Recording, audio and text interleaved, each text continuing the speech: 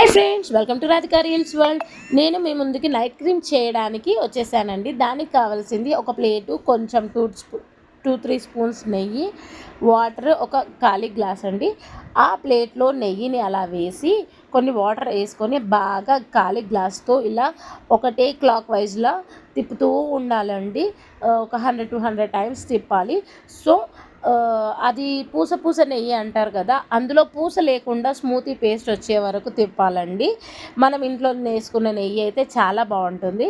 కొంచెం టైట్ అవుతుంటే మిడిల్లో మనము ఇలా కొన్ని వాటర్ యాడ్ చేసుకుంటూ తిప్పాలండి.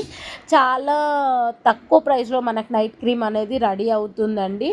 ఇంకొకటి ఏంటంటే ప్యూర్గా ఉంటుందండి నైట్ క్రీమ్ అనేది.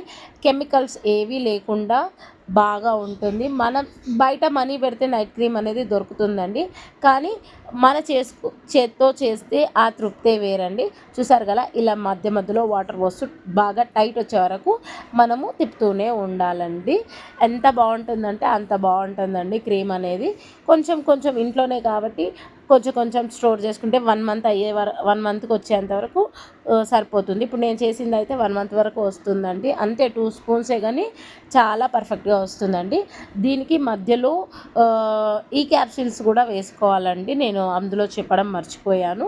సో ఈ క్యాప్సిల్స్ కూడా 2 ఈ క్యాప్సిల్స్ తీసుకొని కట్ చేసుకొని వేసుకోవాలండి. వేసుకొని బాగా రుద్దుతూనే ఉండాలండి క్లాక్ వైజ్లా.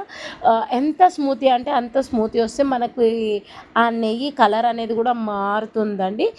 స్కిన్ కూడా చాలా గ్లో వస్తుంది. తక్కువ ప్రైస్తో మంచి ప్యూర్ నైట్ క్రీమ్ అనేది మన ఇంట్లోనే రెడీ అవుతుందండి.